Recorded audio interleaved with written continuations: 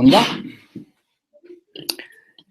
Merci d'être venus si nombreux à cette troisième session des Jeudis de la découverte. Donc après le responsive et Jenkins et l'intégration continue, aujourd'hui on s'attaque à un troisième sujet qui concerne la vidéo, donc qui est intitulé Vidéo de l'encodage à la monétisation. Donc on sait tous à peu près ce que c'est qu'une vidéo sur Internet. Il y a plein de mots-clés qu'on connaît tous, encodage, HLS, JW Player, VAST, et on a toujours parfois un petit peu de mal à savoir qu'est-ce qui se cache derrière tout ça, et c'est l'objet en fait de cette présentation d'une heure, donc avec la crème de la crème sur le sujet, et cette session qui est toujours organisée par Brio, par Stéphane et Olivier. Donc le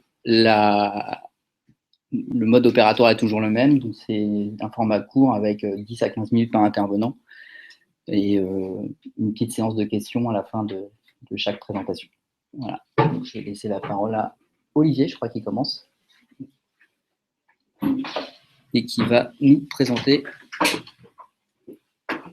On va commencer par vous présenter un peu les différents formats utilisés en streaming vidéo aujourd'hui sur Internet.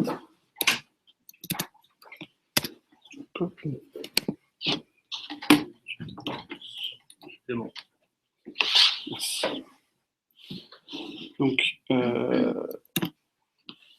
aujourd'hui, on utilise surtout sur Internet un nombre assez restreint de formats. Alors, en préambule, les fichiers vidéo qu'on diffuse sur Internet, pour simplifier, on parle de format. En réalité, il y a des conteneurs, et à l'intérieur des conteneurs, il y a des formats audio, vidéo. Donc, les principaux conteneurs, il y a le FLV, le WebM et le MPEG-4, les conteneurs très usités. Dans ces conteneurs, il y a les codecs. Donc, le codec, c'est un format qui va évoluer de mois en mois.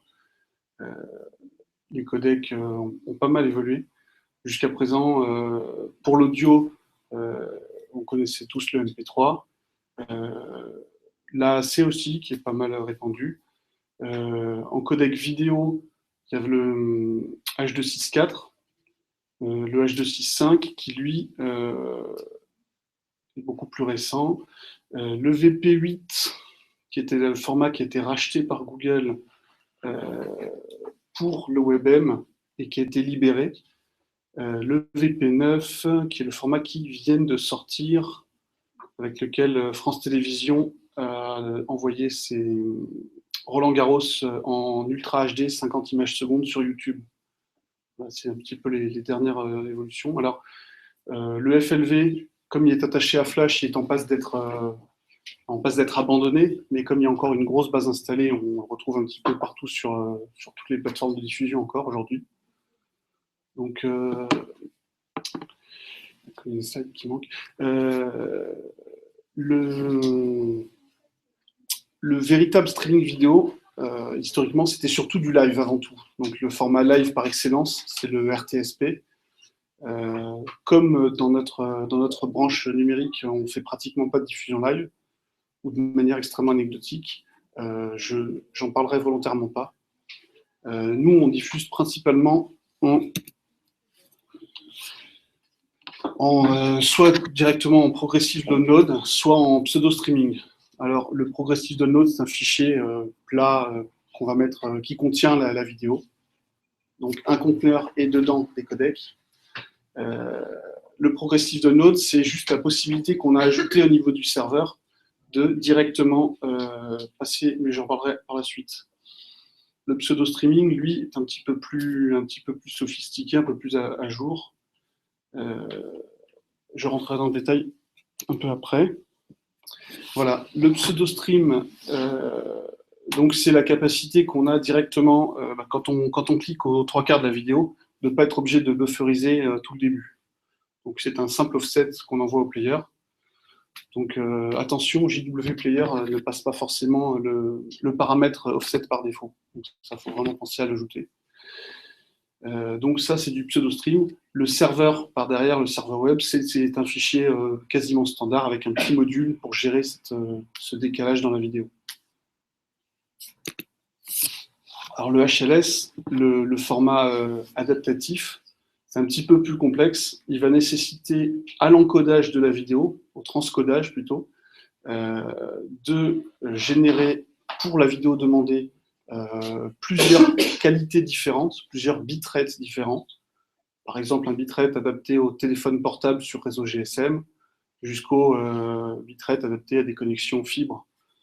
Une fois qu'on a ces 3 fichiers de qualité, enfin ces N fichiers de qualité différentes, il faut les découper en segments, les indexer, et le serveur, lui, diffuse un fichier manifeste, le fameux M3U8, qui contient derrière des pointeurs pour que le serveur, en négociation avec le client mobile, puisse adapter le débit de la vidéo à la connexion ou au périphérique client à la volée, sans avoir de blocage théorique lié à une connexion qui pourrait se ralentir, comme c'est souvent le cas en mobile. Voilà. Je vais revenir un petit peu là. Sur les codecs, donc avec les différentes générations de codecs, la principale limite qu'on va avoir, c'est le support du client. Parce que le dernier codec le plus à jour n'est pas forcément celui qui est supporté par la plus grosse base d'utilisateurs. Donc principalement, par exemple dans le cas du HEVC, on va pas forcément avoir les capacités hard chez tous les clients pour décoder ces codecs vidéo. La différence entre H264 et H265, grosso modo, c'est 2 fois plus de qualité pour le même débit, et réciproquement, à qualité égale, 2 fois moins de débit. Cet avantage vient évidemment avec son inconvénient, c'est que c'est à peu près 2 fois plus de ressources matérielles pour le décoder. Dans tous les périphériques, pour les ordinateurs fixes en général, ils ont suffisamment de ressources pour tout faire. En revanche, les périphériques mobiles, téléphones et tablettes, décodent la vidéo généralement avec un chip dédié. Ce qui veut dire qu'en fonction d'une certaine génération de smartphones, on peut ou on ne peut pas avoir de décodage matériel de la vidéo. Donc, ça conduit à l'incompatibilité des flux. Donc aujourd'hui, sur notre plateforme de diffusion, on pratique essentiellement le FLV et le MP4 AVC pour la diffusion à plus de 99% de l'audience. L'AAC étant utilisé que pour l'audio. Le WebM VP9 est assez frais. Il est a priori largement aussi compétitif que le H265, mais en revanche, il n'est pas supporté pour l'instant ni sur Safari ni sur Internet Explorer dans les players HTML5 natifs. Donc, pour le moment, on n'utilise pas. Mais c'est quelque chose d'assez prometteur à suivre parce que notamment la qualité, l'efficacité du codec sont vraiment bons. Voilà pour les formats. Je pense que je vais pouvoir passer la main pour le transcodage. Ah, Antoine. Merci.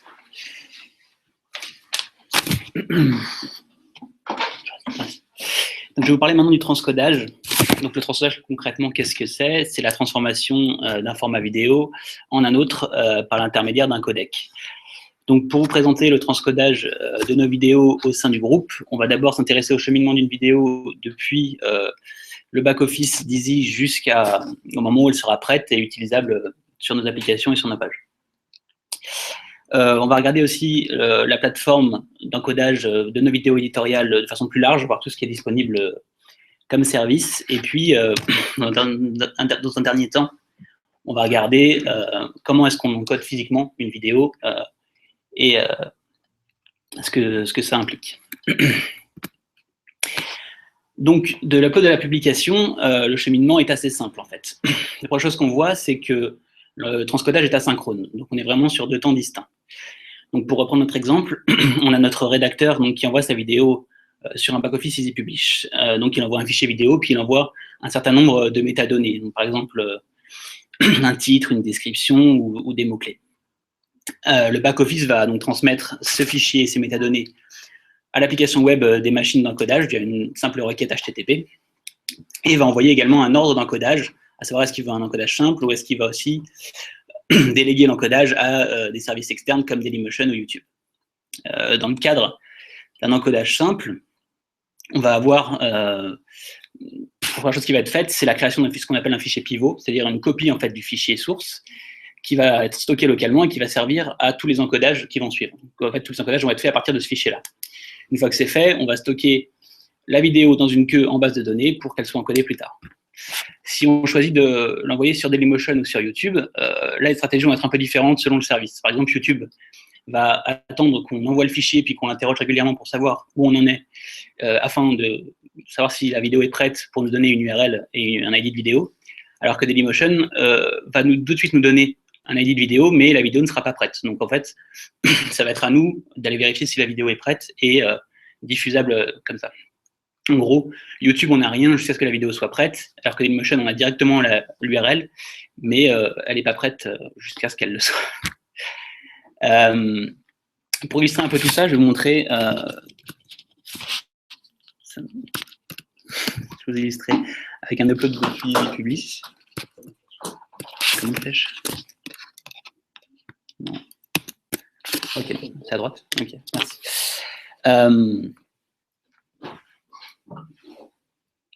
Là du tout. Voilà. Donc on est sur un back-office Easy Publish. Donc pour le besoin de la présentation, on l'a fait juste avant. Quand on upload une vidéo, voilà, donc un certain nombre de métadonnées ici dont je vous parlais, et on a la possibilité d'envoyer un fichier avec des encodages externes si on le souhaite, par exemple pour Dailymotion, etc. Choisir si on va la diffuser tout de suite ou pas. Une fois qu'on a envoyé la vidéo, on a tout un système de monitoring sur l'encodeur qui nous permet de suivre l'état de nos queues et de voir si on a des vidéos en attente, ce qui a été traité, etc. Il y a une notion qui est très importante ici, c'est la priorité. C'est-à-dire qu'il est tout à fait possible de donner une priorité plus élevée à une vidéo si on a besoin d'un encodage urgent, ou une vidéo plus faible, bon, en l'occurrence, c'est des chiffres inversés, une vidéo plus faible, une priorité plus faible si c'est des uploads en avance. Ça, on va retrouver cette notion plus tard. Donc voilà, ici, bon, la vidéo a été traitée avant, donc on n'a rien dans notre file d'attente. Et on va retrouver au niveau de notre vidéo sur Easy, un résumé des choses. Donc là, la vidéo est déjà encodée, mais là, elle serait en cours d'upload, et notre ID Dailymotion qui va nous donner la vidéo directement. Voilà, ça c'est le premier cycle de vie de l'upload. Okay. Et donc après, on a un deuxième temps. En fait, on continue sur nos machines d'encodage, on a des processus automatiques qui tournent et qui travaillent sur les vidéos. Donc, la chose que font les processus, c'est d'aller interroger la base de données pour dépiler cette queue. Savoir quelle vidéo on va encoder en priorité. Donc, comme je vous l'ai dit, il y a les priorités, justement les priorités. Plus la priorité est élevée, plus on va la choisir tôt. Et le plus probable, c'est qu'il y ait plusieurs vidéos avec la même priorité. Dans ce cas-là, on est sur un comportement FIFO, first in, first out, donc la plus ancienne est encodée en premier. Les vidéos, donc une fois que le processus a choisi sa vidéo, il va l'encoder dans les différents formats. Je ne vais pas répéter ce qu'a dit Olivier sur les formats, mais on va juste voir les formats qu'on utilise nous. On a donc de la SD, donc tout ça c'est du H264, SD qui est en 640 x 360 et 600 kilobits de bitrate, la HD qui est en 1152 par 480, le HD Ready qui est en 1280 par 720 et le Full HD qui est en 1920 par 1080. Et pour ce qui est du live streaming, du HTTP live streaming, en fait, on reprend les 4 formats qu'on va servir selon la bande passante du client. Voilà, donc ça c'est les 4 formats plus qu'on encode.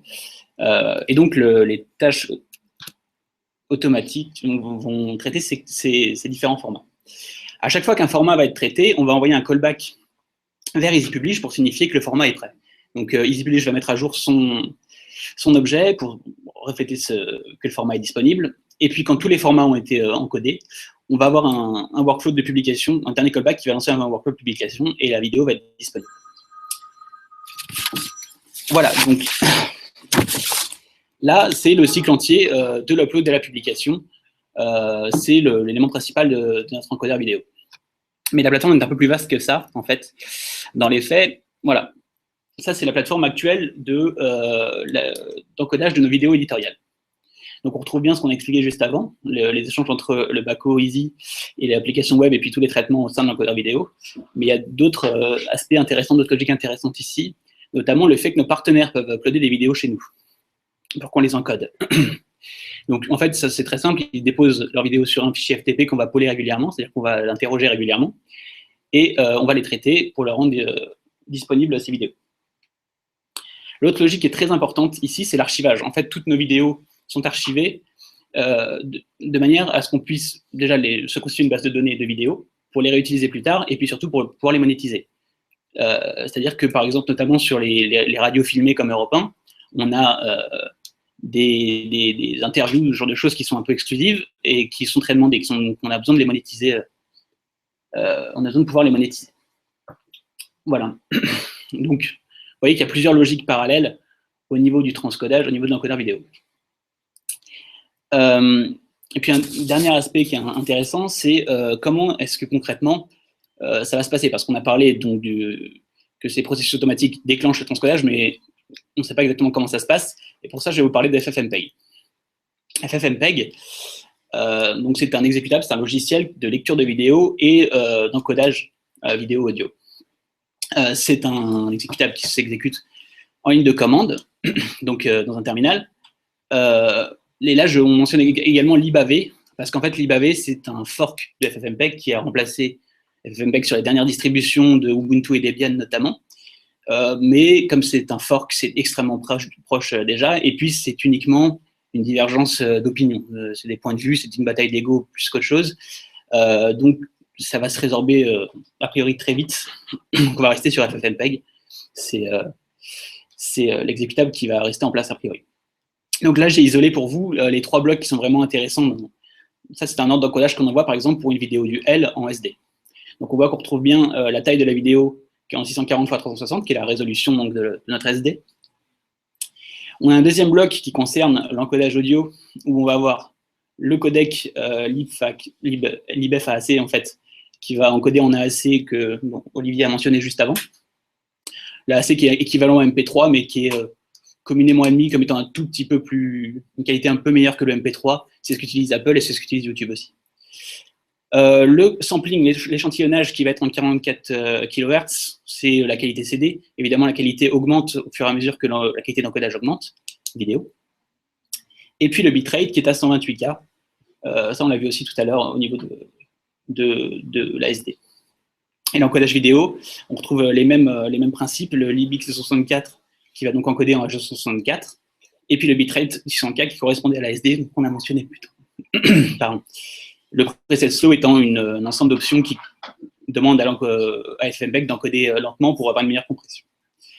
Voilà, donc ça, c'est une fois qu'on va exécuter ces commandes pour chaque format d'encodage, la vidéo sera prête à être encodée et elle sera disponible pour être diffusée.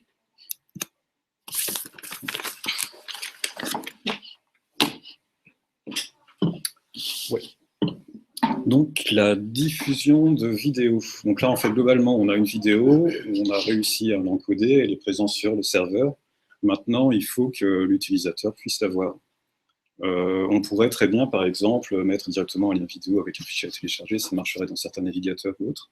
Mais on a choisi de passer par un player qui s'appelle JW Player, parce que ça facilite pas mal de choses, en fait.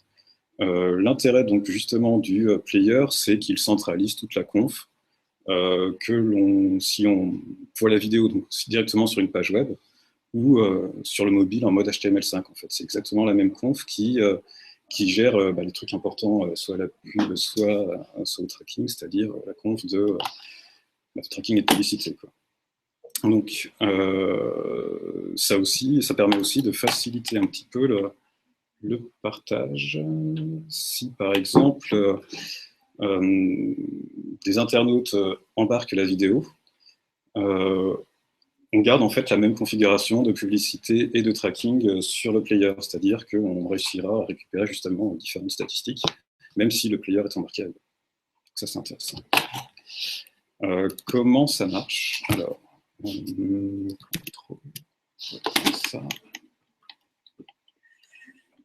ça doit être celui-là. Donc, ça ressemble globalement tout le temps un peu à ça sur les différents sites de groupe. C'est juste un player, effectivement, avec un bouton play pause que tout le monde connaît, des liens pour partager, et un autre lien qui propose des vidéos à la fin d'autres vidéos à regarder à la fin de la lecture, en fait. Et pour afficher donc, ce player-là, la configuration est en fait assez simple. Donc déjà, d'une part, on a décidé on préfère mettre le player dans une iframe. Ça permet de gérer, en fait, déjà c'est plus facile à décacher quand on a des changements à faire sur le player. Et toute la partie technique qui est importante pour le player est dans cette iframe. Ça permet de ne pas trop surcharger le code des pages des sites web qui est quand même déjà assez lourd, quoi. Donc si on veut juste afficher un player sur une page web, donc on a cette URL qui est censée être de ce type-là, c'est-à-dire un lien vers le module qui permet d'afficher une vidéo, un ID de la vidéo, et ici une petite chaîne de texte. Bon là c'était interne parce qu'il s'agit d'une vidéo interne. Ça fait juste un switch, en fait, ça permet d'indiquer si, par exemple, là on a le cas de interne et externe, ça permet de switcher différents types de pubs pour le cas d'une visualisation d'une vidéo sur un site interne, ou lorsqu'on l'embarque, là on change en externe pour avoir des tags de pub, etc. Lorsqu'on veut afficher donc, une vidéo, donc là il y a pas mal de scripts sur lesquels on reviendra un petit peu plus tard pour le tracking ou la publicité. Nous, ce qui nous intéresse donc, dans un premier temps, c'est juste le JS ici de JW Player. Donc ça permet de gérer l'affichage du mode HTML5. Et ensuite, tout ce que l'on a à faire, c'est juste appeler en fait la fonction JW Player Setup avec les informations que l'on veut. C'est-à-dire, par exemple, une image de début, si on veut un auto-start, si on veut afficher donc, des vidéos à la fin, c'est un petit XML qui est au format MRSS, je crois, je ne sais plus. Et quoi d'autre? Voilà, donc les différents modes d'activer ou pas, en fait. Donc là, on voit qu'il y en a un mode flash avec un petit fichier flash donc, à appeler, et un mode d'HTML5 qui, lui, est géré plus ou moins automatiquement. Donc après, une fois qu'on a lu la vidéo, il faut savoir que si une personne n'a pas lu, et donc c'est pour ça qu'on va parler normalement d'analytics, Gilson. Donc la partie analytics, donc là on a une étape, c'est-à-dire que l'analytics c'est bien, on a plein de chiffres, etc. Mais d'abord il faut passer par du code avant de faire quoi que ce soit. Donc la première chose qu'on fait avant de passer par la partie code, et on vous explique pourquoi on tag des vidéos. C'est tout bête, mais on en a besoin. C'est déjà pour comparer nos thématiques. C'est si vous avez une vidéo qui tourne sur elle ou public, etc., il est important pour un éditeur ou pour une rédaction, même un service marketing ou publicitaire, de savoir quel est le type de vidéo qui marche le mieux. Si vous prenez un Europe 1, ils adorent savoir est-ce que Hanouna marche mieux tel jour, à telle heure, est-ce que le fait que Morandini ait dit allez voir sur Internet, ça marche mieux ou pas, est-ce que tout ce qui se passe sur le radio a un impact aussi sur l'audience en termes de lecture de vidéo. Donc ça nous sert à ça, à évaluer aussi l'intérêt que portent nos internautes à ces thématiques au travers de nombreuses métriques. Les métriques, c'est hyper important pour nous, c'est-à-dire que dans Internet, vous allez voir après, mais aussi on a aussi GA, vous allez pouvoir voir toutes les métriques qu'on récupère. Et vous allez voir que c'est assez exhaustif. On peut quasiment tout savoir sur une vidéo. Donc, tout ce que vous avez montré, Cyril, sur les fonctionnalités, par exemple, de partage, de like, de play, de stop, de bouger le player, etc. Quasiment tout ça est traqué. Et derrière, à la fin, le but final, c'est d'analyser cette répartition, que ce soit sur le site en interne, mais également en externe, ou ce qu'on appelle embed. Donc, on est capable de savoir, par exemple, qu'une vidéo a été lue sur Facebook parce qu'elle était partagée sur Facebook. Et donc, on va revenir juste à l'intégration des Ouais, c'est comme tu veux. Ok. Bon, on va partir. Hein. Voilà. Donc, je pense que vous connaissez un peu tous l'outil groupe qui nous fait remonter la partie analytique. Donc là, j'ai fait exprès de garder tous les sites, parce qu'on a une vue de tous les sites, et c'est juste pour vous montrer que il y a plusieurs sites aujourd'hui qui sont tagués en termes de vidéos, et on est capable d'avoir tous ces chiffres-là. Donc là, je suis sur le mois de juillet, donc c'est complètement live. Ça qui est bien. Et donc là, on retrouve tout le volume de vidéos lues. Là, on est au mois de juillet, donc c'est du 1er au 8 hier, sur les sites du groupe. Donc là, on voit que le site avec le plus de vidéos lues, c'est Public. Derrière, on retrouve Doctissimo, on retrouve Première, parce qu'on a encore Première en Analytics, Europe 1, etc. Vous voyez qu'ici, on a ce qu'on appelle des thèmes. Les thèmes, vous voyez qu'il y en a qui s'appellent Public, il y en a qui s'appellent Pub. Les thèmes Pub s'appellent tous pareil. C'est-à-dire que dans le player JW Player, on fait la différence entre la publicité, c'est-à-dire la lecture d'une publicité, et la lecture d'un contenu.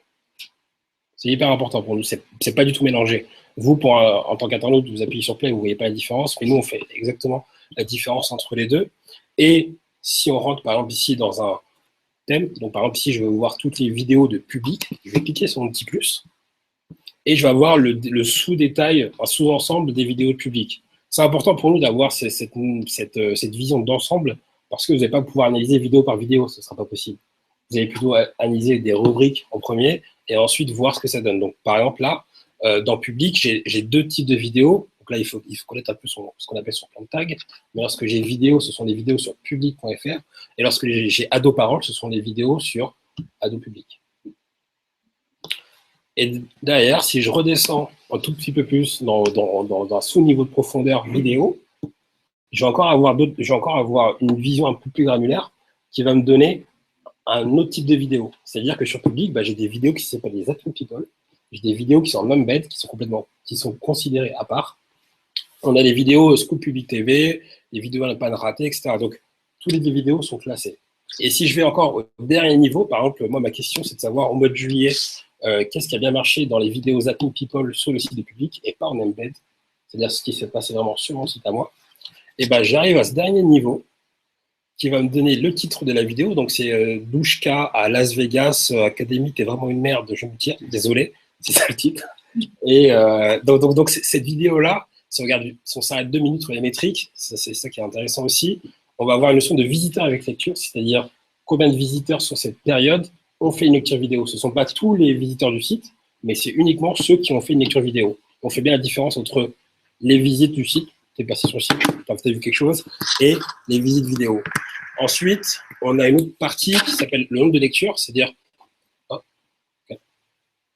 le nombre de lectures qui... on va revenir dessus. Le nombre de lectures, c'est combien de lectures ont fait ces visiteurs-là. C'est important aussi, c'est une notion de consommation, c'est-à-dire de savoir, j'ai un visiteur qui a fait une lecture, mais combien de fois il va regarder une vidéo. Donc ça, c'est important pour nous de savoir, si tu vas sur Public et que tu regardes 3-4 vidéos, c'est mieux. Parce que du coup, ça veut dire que tu vas regarder peut-être 3-4 pubs. Là. Et donc, ça montre aussi un intérêt pour ces contenus-là. On a également la durée moyenne de lecture, c'est-à-dire combien de temps la vidéo a été lue en moyenne. Non. Derrière, on a également le taux de progression. Ça, c'est hyper important pour nous. Le taux de progression, c'est savoir, en fait, en moyenne, les gens lisent combien de pourcentage de la vidéo. Donc là, on regarde en moyenne, cette vidéo-là, c'est peut-être la plus lue, mais elle a été lue à 59,5%. Donc là, si vous allez en parler avec Didier tout à l'heure sur la partie publicitaire, mais c'est hyper important pour nous de le savoir. C'est-à-dire, si les personnes s'arrêtent en moyenne à 60%, on ne fera jamais de vidéo après. Parce que ça ne sert à rien, en fait, les gens n'y vont pas. On va plus faire de la pub vidéo milieu, ce qu'on appelle du mid-roll. Et si on clique sur le petit M, donc là, vous n'avez pas toutes les métriques, mais on a plein de métriques qui sont affichées. Voilà, je vais revenir. Hop. Voilà, on les a tous. Et donc là, vous voyez qu'on a plein de choses. On a le taux de complétion, la durée moyenne de lecture, le temps passé cumulé sur le contenu, le nombre de visites lecteurs par lecture, les actions, donc ce que vous avez montré, Cyril, le partage, le téléchargement, le mail, le forward, le backward, etc. le temps passé en buffering, c'est technique, mais par exemple, le premier schéma que vous avez montré là, avec les encodages, bah, c'est important, c'est ce qu'on appelle du buffering, c'est est-ce que je reçois rapidement la vidéo, etc. Donc ça, c'est important. Et le nombre de lectures avec déplacement, ça aussi, il faut le savoir, c'est si je clique sur un petit bouton de mon player pour passer de 1 minute à 10 minutes, bah, c'est quelque chose qu'on conseille. Et voilà. Donc Cyril va vous montrer la suite. Donc justement, comment on fait pour avoir les stats qui remontent sur AT? C'est très simple. Si j'arrive pas à cliquer sur le truc. Voilà. On va faire AT en premier. Ce qu'il faut savoir, c'est que JW Player, donc le player qui est là, appelle en fait à la possibilité d'appeler des fonctions JavaScript à chaque fois qu'il y a un événement qui est fait sur le player. Par exemple, là, si on appuie sur play, pause, ça a envoyé, si je fais ça correctement. Comment on fait un F12 là-dessus? Non, je vais y arriver. Enfin, Ouais. Ah, ça marche aussi, c'est clair. Je ne vois pas. Ah ouais, ok. Voilà, donc, si on fait ça, on fait ça, voilà. Et voilà, donc on voit qu'il y a des hits qui ont été faits sur Xiki. Exactement. Et donc ça, avec les différentes infos dont tu as parlé d'Ipson, c'est-à-dire par exemple le titre de la vidéo, je ne sais pas si on peut zoomer un petit peu plus, bon, c'est pas très important. Et puis probablement une résolution, etc. quoi. Et donc ça, c'est fait comment? Alors, c'est fait en fait dans le JS qui est appelé, c'est celui-là. Donc a priori, il y a juste à le récupérer et le coller. Et en fait, la fonction est déjà implémentée dans ce JS-là. Donc il y a tous les événements onPlay, onPause, onAddComplete. Donc ça, c'est après la visualisation du YouTube, etc. Côté Google Analytics, en fait, c'est un petit peu plus simple parce que le support est intégré à JW Player. Il y a juste à récupérer donc, un tag Google Analytics, à le mettre quelque part sur la page et à activer en fait, le tracking dans une option du JW Player, le petit JSON qu'on a vu juste avant. Je ne sais pas si je peux le montrer super rapidement. Voilà, de ici. Donc là, en même temps qu'on avait l'image, etc., on a Google Analytics qui est ici. Donc, ça ressemble à ça. Justement, sur Google Analytics, donc là, en fait, si je fais un play pause, théoriquement, on devrait voir un truc. Alors, tac, tac. Et ouais, ça correspond au titre qu'on a eu là, quoi. Donc, si on regarde la même chose sur un site où il y a un petit peu plus de trafic, alors, il est là. Si on enlève ça, voilà, donc là, en fait, on a le nombre de personnes qui sont actuellement en train de lire des vidéos sur Public. Et on voit que en plus des sources internes, on a certaines personnes qui lisent des vidéos embarquées directement depuis d'autres sites, dont, par exemple, ça, je ne sais pas ce que c'est, sûrement un site de musique. Et là, des stades du réseau Orange, en fait. Peut-être un portail ou quelque chose. Donc voilà. Après, bon, on va aussi bien parler de la publicité, et c'est à Didier.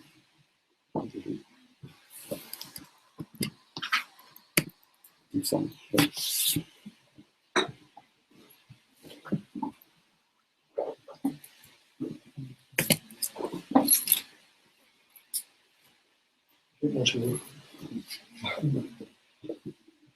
Alors, oui, la monétisation. La vidéo, c'est quelque chose d'assez nouveau par rapport au web, par rapport à la publicité display classique, bannière. Ça fait quelques années que ça a vraiment bougé. Il faut se rendre compte qu'une vidéo, c'est monétisé entre 5 à 20 fois plus qu'une bannière. Donc, c'est vrai que ça dure un petit peu plus longtemps. C'est un format beaucoup plus naturel qu'une publicité vidéo. Bah, ça ressemble beaucoup à une publicité télé. Donc, tout le monde sait ce que c'est, tout le monde connaît. Et sur le marché, ça a été assez rapide. À partir du moment où la DSL est arrivée, ça a été assez rapide pour commencer à en faire. Ça commence juste avec la généralisation de la DSL. Il n'y a pas si longtemps, il y a quelques années, c'était vraiment le chaos. Alors, on l'a connu ici, il y a 4 ans, 3 ans. Il y a 3 ans, c'était la fin du chaos, commençait à s'arrêter. C'est qu'on a une multiplicité de formats. Tout le monde voulait faire la publicité vidéo parce que ça rapportait de l'argent, mais personne n'était d'accord sur les formats qu'il fallait utiliser pour le faire. On avait plein de players, souvent des players homemade, qui savent bien diffuser une vidéo, mais diffuser une publicité plus qu'une vidéo, c'était plus compliqué. Sachant qu'une publicité, enfin, la vidéo, elle peut être gérée au niveau d'un site, mais la publicité, c'est comme le web, ça fait partie de l'Internet. Ça peut être partout sur la planète, ça peut être redirigé d'un serveur à l'autre. Il y a besoin d'une certaine standardisation des players. Pareil pour les statistiques, c'était, ben voilà, j'ai lancé la vidéo, c'est tout. J'ai lancé. C'est pas suffisant pour une vidéo parce qu'on peut avoir plein d'informations. Comme vous l'avez vu tout à l'heure, il en remonte plein de données analytiques sur une vidéo. Donc tout ça, ça a été normalisé. Alors aujourd'hui, ça reste complexe parce qu'il y a encore plein de terminaux, il y a encore du flash qui, on en parlait tout à l'heure, qui continue d'exister. Mais il y a quand même plein de terminaux, mais il y a le HTML5 qui a à peu près normalisé les choses. Et il y a des players qui ont surnagé, qui sont des players qui sont utilisés de manière universelle. Alors nous, on l'appelle souvent notre player universel, c'est des players. Et puis ensuite, on a encore des problèmes de qualité, parce que bon, tout le monde n'est pas d'accord que sa publicité vidéo soit moche à l'écran, même s'il est sur un téléphone qui capte mal. Enfin bon, on a quand même pas mal avancé. On a beaucoup avancé grâce à l'IAB, qui est l'association des gens qui font la publicité, Internet Advertising Board, donc les gens qui font la publicité sur Internet, qui ont normalisé plein de choses. Alors, là, j'ai à jour les dernières versions des normes, enfin, des normes juste pour la publicité vidéo, donc ça doit faire 150 pages, 120 pages, c'est assez énorme. Alors, dans toutes ces normes, c'est des termes que vous entendez parler souvent, hein, VAST, VPED, VMAP. Alors, VMAP, on n'en parle pas souvent, mais bien que ce soit important, les ad formats, les best practices et les guidelines de mesurement, enfin de mesure, donc ce qui permet de faire l'analytique, justement. Qu'est-ce que c'est comme mesure? Est-ce que j'ai démarré la vidéo? Est-ce que j'ai mis appui sur pause? Est-ce que j'ai appuyé sur stop? Est-ce que j'ai tout ce genre de choses? Et là, on ne parle même pas encore, et ce n'est pas tout à fait normalisé, de la visibilité. Est-ce que ma vidéo, elle est vue? C'est l'objet d'une nouvelle norme, enfin, de normalisation de nouveaux produits qui sont en train d'apparaître. Le VAST, alors je regarde parce que je ne m'en souviens jamais, mais c'est l'Ad Serving Template, le Video Ad Serving Template. C'est juste une norme qui définit, on en verra un exemple après, un fichier XML qui dit, dans un fichier XML, il faut un nom de vidéo. C'est ça. Le nom de vidéo, la variable doit avoir tel nom. Et puis, ça va jusqu'à décrire le clic, qu'est-ce qui se passe à 0% du début de la lecture de la vidéo, qu'est-ce qui se passe à 10%, à 25%, à 50%. Et à chaque fois, dans le XML, on balise tous les cas pour justement remonter des datas. Donc, par exemple, que la vidéo a été vue à 60%, 70%, et ainsi de suite. La vidéo publicitaire. Ensuite, on a le VPED. Oui, le VPED, c'est important. Le VMAP, pardon. Le VMAP, c'est juste, ça gère en fait les playlists. C'est le format qui standardise les playlists publicitaires. Pourquoi on a besoin de toutes ces normalisations? C'est, comme je vous le disais, c'est qu'en fait, c'est du web. Ça passe sur Internet, du web, ça passe partout. Et lorsque la régie diffuse une vidéo, la vidéo peut être sur le serveur de la régie, comme il peut être sur un serveur en Australie, en passant par plusieurs autres serveurs qui nous redirigent. Donc, VAST gère aussi les redirections. Ensuite, on a VPED. Lui, il définit comment la vidéo l'interface de la vidéo publicitaire par rapport à l'utilisateur. Par exemple, on voit parfois des vidéos qu'on appelle enrichies, où on va pouvoir répondre à un questionnaire. La vidéo passe, il y a un questionnaire qui s'affiche. Généralement, c'est du flash. Bientôt, ça sera en HTML5, on espère. Donc, ça ne marche pas sur les mobiles, hein, ça marche que sur le desktop qui supporte le flash. Et là, on peut répondre, on peut jouer à un petit jeu où la vidéo peut être interactive. Et ça, c'est généré par un nom VPED qui lui dit Video Player Add Interface. Définition. Parce qu'en fait, tout ça, ce ne sont que des définitions de comment ça doit marcher. Bon, ensuite, on a un document sur les formats vidéo eux-mêmes. Bon, ce document, il a 8 ans. Ça veut dire que même s'il y a des normes, elles ne sont pas toujours à jour. VAST, c'est quasiment une mise à jour de la norme tous les 2 ans. Donc, voilà. Les formats eux-mêmes, personne n'arrive à se mettre d'accord.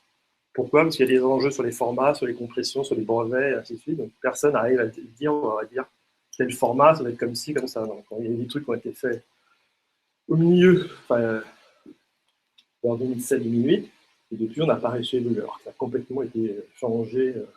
Bon, le gros problème, c'est qu'il y a des flashs. Et justement, Flash étant payant, étant ceci.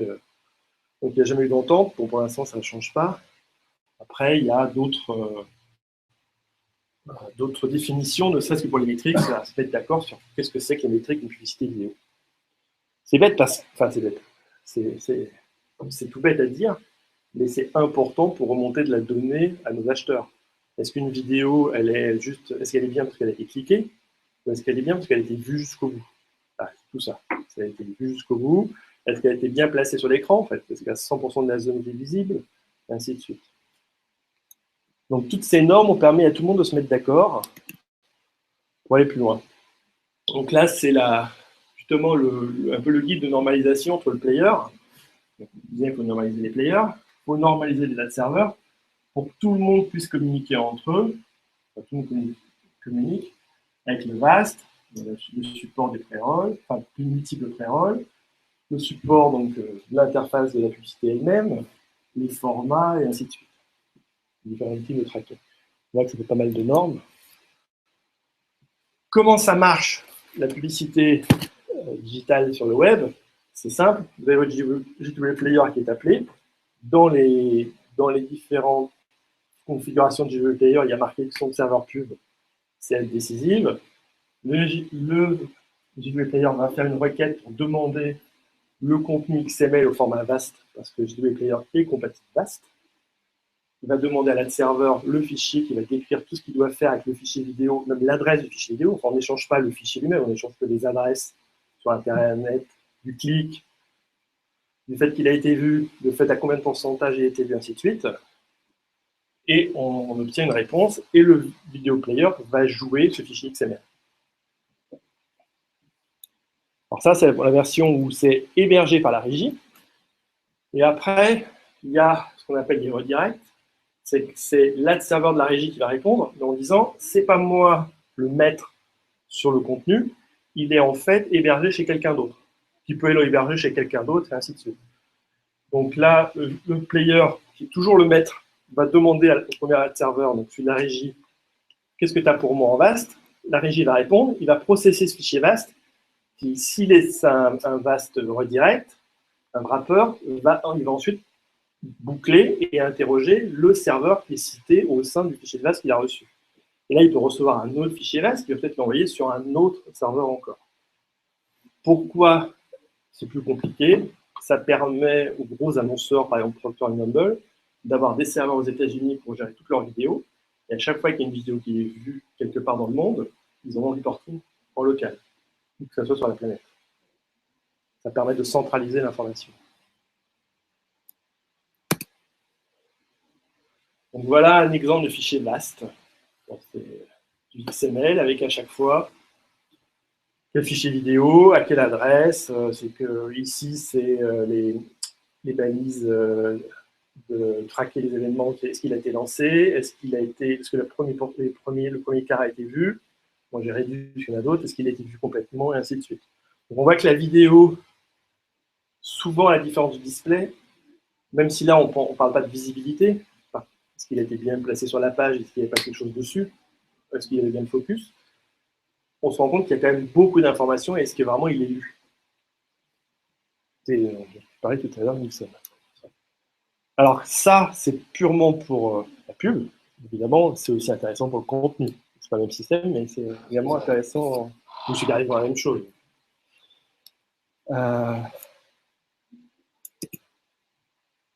Voilà. Ensuite, oui, on enregistre les clics, à quel moment on peut avoir cliqué. Et puis aussi, on a aussi des informations aussi de définition. On peut embarquer dans un fichier VAST l'ensemble des formats pour l'ensemble des terminaux. Ce n'est pas l'ad server ou le player qui décide. Le player, il va prendre le fichier qui lui correspond. Par exemple, dans cet exemple, je crois que c'est Quick. On a du MP4, on a différentes qualités de MP4, différentes définitions, et on a du fichier Flash, si le player ne supporte que Flash. Voilà. Dans la norme VAST, on a aussi normalisé l'écosystème de la vidéo. C'est du pré-roll, un ou plusieurs, un contenu, bon ça c'est à part, mais il faut quand même qu'il y ait du contenu, on ne va pas mettre que de la pub. On peut mettre dedans un pré-roll, un mid-roll au milieu du contenu et les post-roll ensuite. Et ça, c'est la lecture standard. Et en plus, on peut mettre des publicités directes. Par exemple, un compagnon ad. Compagnon ad, c'est lorsque vous démarrez une vidéo publicitaire, quelque part sur la page, vous avez une pub qui s'affiche, synchronisée avec cette vidéo. Et c'est géré par VAST, pas géré par l'ad-server. Et puis ensuite, vous avez des contenus aussi non linéaires, du type les bannières de pub qui montent, qui descendent, comme on voit souvent sur YouTube. C'est assez standard. Ensuite, le post-roll. Il faut voir que YouTube, c'est une société qui perdait des milliards de dollars il y a quelques années, enfin récemment, avant d'être racheté par Google. Ils sont mis à fond de publicité et maintenant, ils sont quasiment à l'équilibre. Pas tout à fait, mais presque. Ils font beaucoup de publicité, mais leur infrastructure de bande passante est assez monstrueuse. Et l'un avec l'autre, ils arrivent quand même à quasiment équilibrer. Ils ne sont pas encore à l'équilibre, mais... Oui, parce que pour donner une idée, la pub, quand même, le CPM, le millier de vidéos vues, ça se négocie sur le marché entre 5 et 20 euros. Sachant que 5 euros, c'est plutôt YouTube. Les contenus sont un peu, pas olé olé, mais un peu, il y en a un peu de n'importe où, et souvent des contenus piratés ou pas, mais à des contenus sur les marques fortes, les contenus sont de qualité, et c'est vendu plus cher. Oui, un autre effet de la normalisation, comme je disais, c'est de pouvoir mettre plusieurs pré-rolls. Avant, on le bidouillait, maintenant, il y a une norme pour ça qui est sortie récemment.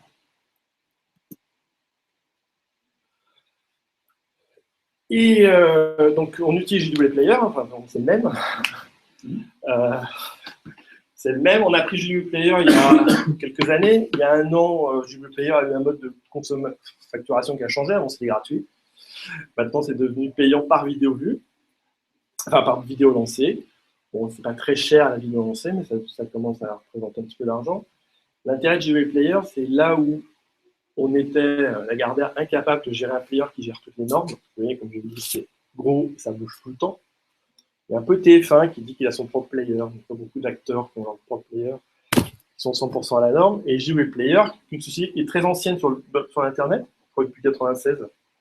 Ils avaient plein de choses. Ils ont changé de nom récemment pour s'appeler JW Player, parce que leur produit a fait tellement de succès qu'ils s'appellent du nom de leur produit maintenant. Ils gèrent le VAST 3, mais le VPED 1. Sachant qu'il y a 10 mois, VPED est passé en version 2. Bon, pas très bien, mais... Et que VMAP a aussi évolué. Donc, on a toujours des problèmes de compatibilité, mais ils sont quand même plus restreints. On dit à nos annonceurs, nous, on supporte que le VPED 1. Donc, c'est standard. Oui, l'intérêt du JW Player, c'est qu'on peut jouer partout. Il y a SDK dans les applications si on souhaite installer, mais sinon, il supporte le HTML5 et il fonctionne en Flash. Donc, on a vraiment 100% de l'environnement. Et puis, il gère le linéaire, le skippable, le linéaire, tout ce qu'on a envie de pouvoir faire, mid-roll, pré-roll, post-roll, et ainsi de suite. Et il est plutôt bien documenté. Et on a un accès groupe pour... on a re-signé récemment, on a le droit de faire 10 millions de vidéos par mois. Sachant qu'on a à peu près à 7. Voilà, si vous avez des questions. Juste... Ah, il y a encore quelqu'un après moi, pardon. Je ne l'avais pas vu sur le... Je peux me répondre aux questions. Non, c'est vrai, juste après que tu as rentré. Juste une précision sur les éléments de visibilité dont parlait Didier, qui sont clés pour demain, parce que les annonceurs demain, les gens qui mettent en place des outils pour mesurer la visibilité de la pub en général et de la vidéo en particulier. Donc les normes sont en train d'être arrêtées, là, elles sont par l'IAB. Et donc ces boîtes-là, qui étaient achetées, pour lesquelles souscrit des agences, mesurent donc un point de visibilité, c'est-à-dire ma campagne a été vue à 100%, dès lors que mon player a été vu au minimum à 50% des pixels et au minimum 2 secondes. Enfin, ça, c'est un premier élément. Donc, ça veut dire quoi? Ça veut dire que plus on va avoir des formats player petits et plus on va avoir des formats plus courts, plus on va avoir potentiellement des taux de visibilité élevés. Donc ça va bousculer un tout petit peu la manière dont on va possiblement appréhender l'intégration de la pub sur les sites. Et l'autre point, c'est qu'il y a eu un gros lobbying de la part des nouveaux entrants pure players sur la vidéo, que sont évidemment YouTube, les DM, mais aussi des BFM ou d'autres comme Modedia qui proposent pas mal de contenu vidéo, pour mettre en place une norme qu'on a appelée le GRP vidéo. Donc c'est pour pouvoir apporter en complément des plans TV. Donc aujourd'hui, quand je suis annonceur, je fais un plan TV, je vais chercher 30 GRP sur ma cible de photo, donc c'est le point de pénétration sur la cible. Eh bien, demain matin, et je faisais un peu de web pour aller compléter mon plan TV. Et là, mais seulement on n'avait pas de référence pour mesurer l'apport en couverture d'un plan web avec un plan TV. Donc là, maintenant, Médiamétrie sort et doit mettre en place le GRP vidéo, et donc réglé sur la même norme que le GRP TV. Et donc, un annonceur demain, via ces outils, pourra avoir un plan TV à la sortie de The Voice, je fais un écran, et derrière, je vais faire un complément de couverture sur cible sur le web, et je peux agréger mes deux pénétrations GRP et dire à l'annonceur au-dessus, bah voilà, j'ai fait 10 sur la télé et 1 sur le web. Le truc, c'est que la mesure de ce GRP, elle est très vicieuse aussi. Là, je le dis aussi surtout pour Martine, qui a un vrai sujet sur le vidéo. Elle est très vicieuse. Pourquoi? Parce que la mesure du GRP sur le web, ça va être pareil. Ça va être, si mon spot dure 30 secondes et que l'internaute n'envoie que 15 secondes, alors je n'aurai pas un GRP sur ma campagne web, j'aurai 0,5 GRP. Et le couple avec la visibilité, c'est l'enfoiré, ce qui fait que si j'ai un spot de 30 secondes, que mon internaute ne voit que 15 secondes, et que le player n'est visible que de moitié, alors j'ai 0,5 dû au temps, et j'ai 0,5 dû à la visibilité, et du coup je me retrouve avec 0,25 GRP. Ce que j'essaie simplement de vous dire, c'est que là encore, il y a une normalisation magnifique de la qui pose les grands principes. Et après, dans l'utilisation qu'on en aura nous tous demain, acteurs de la vidéo, et notamment vous, l'ensemble des équipes techniques qui avaient implémenté ces éléments-là, on devrait aller vers un format de plus en plus petit, c'est complètement délirant, c'est la règle. C'est la règle sur le format de plus en plus petit et des formats de plus en plus petits. Donc à nous maintenant, éditeurs, enfin nous, pas moi, mais à nos éditeurs d'être malins dans l'intégration du player, mais celui qui va mettre demain un player qui fait 100% de la page, 100% de la page, je le comprends, mais à tous les points, va de facto détruire de la valeur publicitaire, alors qu'il offre une meilleure valeur à son utilisateur. Donc là, à nous, demain, de trouver les bons critères. Je vous en parle en amorce de phase parce qu'en 2016, normalement, des gens comme Martin vont venir nous challenger sur attention, le player un peu plus petit, un peu plus social, un peu plus social. Et je ne dis pas le contraire, mais après, moi, je me viens apporter que ces éléments-là, c'est en train de changer. Tu en parleras, j'imagine, avec Thomas en fin de vie. C'est juste pour que vous compreniez que demain, la pub peut venir vous challenger un peu et l'éditeur aussi sur ton player il est trop gros, ton player il est trop petit, ton player il est trop difficile. Merci pour ta question, Olivier. C'est pas une question, c'est une remarque pour le player, mais si c'est pas intéressant, je le dis. On fera un slide après toi. Ouais. Calmez-la. Ouais, donc la publicité, comment ça marche sur Player, sur JW Player. Donc là, théoriquement, on en a une. Et elle n'est pas skippable, ce qui est super chouette. Mais voilà. Donc globalement, ce qu'il faut savoir, c'est que le XML qu'on a vu tout à l'heure avec tous les paramètres, il est servi en fait par A2D, donc notre ad server interne, qui est appelé ici. Donc en gros, si on veut mettre de la publicité, il faut juste rajouter en fait des tags pré-roll, post-roll, etc. avec les bons ID.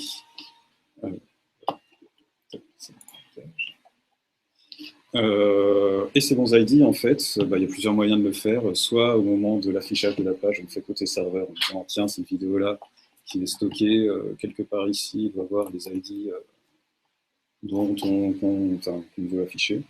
Ou sinon, ici, sur cet exemple, c'est fait côté client en utilisant des fichiers de cache de Tag Manage. En fait, c'est un outil de gestion de publicité qui existe depuis très très longtemps, mais qui pour le coup est assez utile parce que justement, ça permet de... donc là, il y a une grosse expression régulière qui permet de dire attention, Est-ce que je suis sur le, est-ce que j'affiche des tags de pub web ou est-ce que j'affiche des tags de pub spécifiques au mobile? Ensuite, à partir de ça, on a une URL ici, et donc ce fichier JSON qui contient en fait un index de tous les différents tags de pub du site, et ensuite, en fonction de ça, on récupère les tags et on n'a plus qu'à appeler donc JDWeb Player avec un paramètre donc le ponce ID. C'est ce qui remplira ces deux trucs-là. Et voilà. Ce que dit Cyril, nous, sur la partie analytics, ce qui change par rapport à GA et on va plus loin, c'est que GA fait l'intégration automatique. Donc, il faut savoir que JDWeb Player, il fonctionne sur l'événement.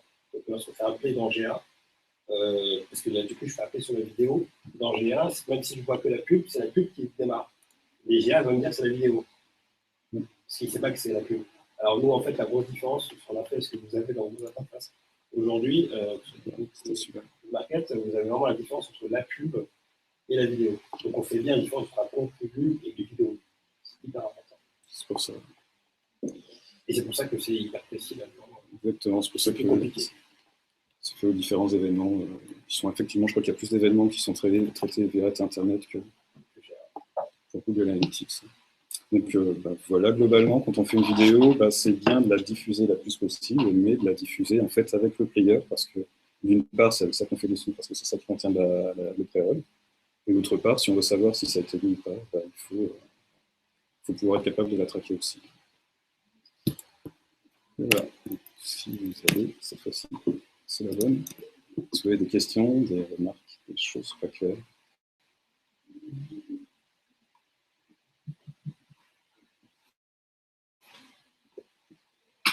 Bon, voilà. Merci. On se retrouve en septembre.